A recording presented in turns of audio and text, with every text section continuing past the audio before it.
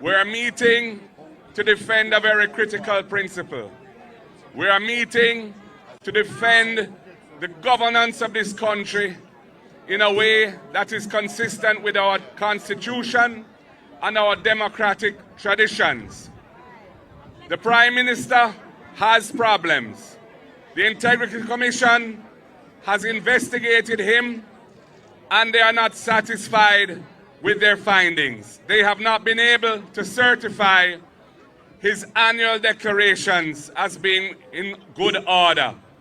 They have referred the matter for further investigation to the Financial Investigations Division, a critical law enforcement investigative agency. There is a whole lot of issues at stake. There's a question of the 28 bank accounts. There's a question of the cash deposits from anonymous sources to his bank account of millions of dollars. There is over $470 million of flows moving between his various accounts in many thousands of transactions. There's the fact that his companies which are involved in those transactions file nil returns with the tax department. And there is the fact that Positive Jamaica Foundation, a non-profit entity that goes out and solicits donations for worthy causes, which is under his control, provided resources to his personal company to make financial investments on his behalf. All of these are serious allegations. And these are matters which the person who they have just appointed to head the FID, the Financial Investigations Division, has said there's nothing untoward or wrong. You cannot have a man who's defending the person under investigation being put in charge of the agency that is tasked with doing the investigation. There's a clear conflict of interest. There is manifest bias.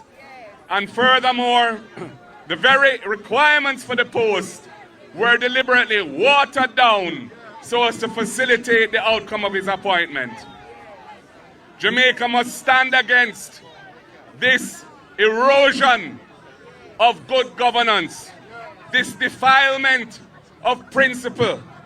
And that is why we're gathering here today to state to the Jamaican people, we do not support this. We stand against this.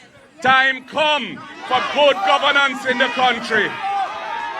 Time come for a government that is above board. Time come for a new government that the people can have trust and confidence in, that can rescue Jamaica from the corruption and the mire of bad governance in which Jamaica is now enmeshed. Only the People's National Party can do that under my leadership, and I plan to deliver that for the people of Jamaica so we can move forward and address the very real issues that our people are facing. Issues of the cost of living and the struggle for survival. The poor nutrition represented by the food insecurity of 55% of our people. The school system failing our students, where over 30% of our students leave primary school illiterate, unable to do basic arithmetic.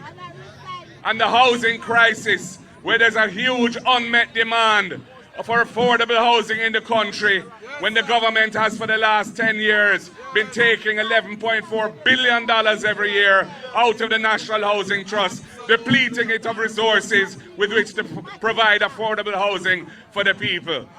These are all issues that we are focused on and that we have plans to solve for the Jamaican people.